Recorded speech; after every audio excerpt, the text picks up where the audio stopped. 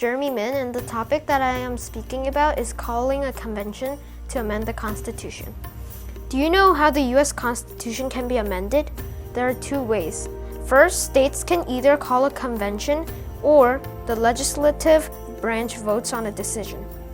However, in the past, public conventions have never been held, and I believe that U.S. should always, or at least sometimes, call a convention to change the law.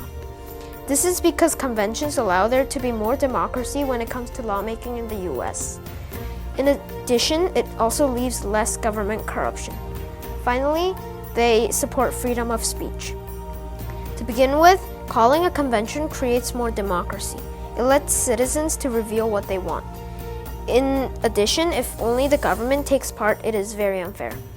Representatives or senators may have the opposite ideas as their state's people. Then congresspeople may betray their state when citizens would probably prefer to vote by themselves. Furthermore, calling a convention would decrease government corruption.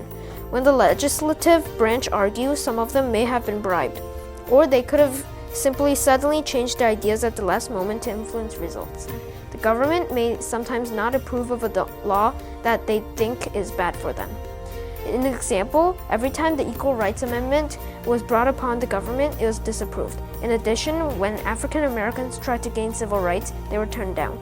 This shows that many people in the government can be corrupt. This is not a good sign if the U.S. is to be a peaceful nation. Finally, calling a convention promotes freedom of speech. It lets people share their beliefs with others. The beginning of the Constitution says, "We the people." It shows that the people are the government and the nation.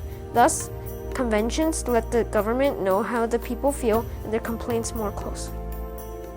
In conclusion, I believe that we should call a convention to amend the Constitution.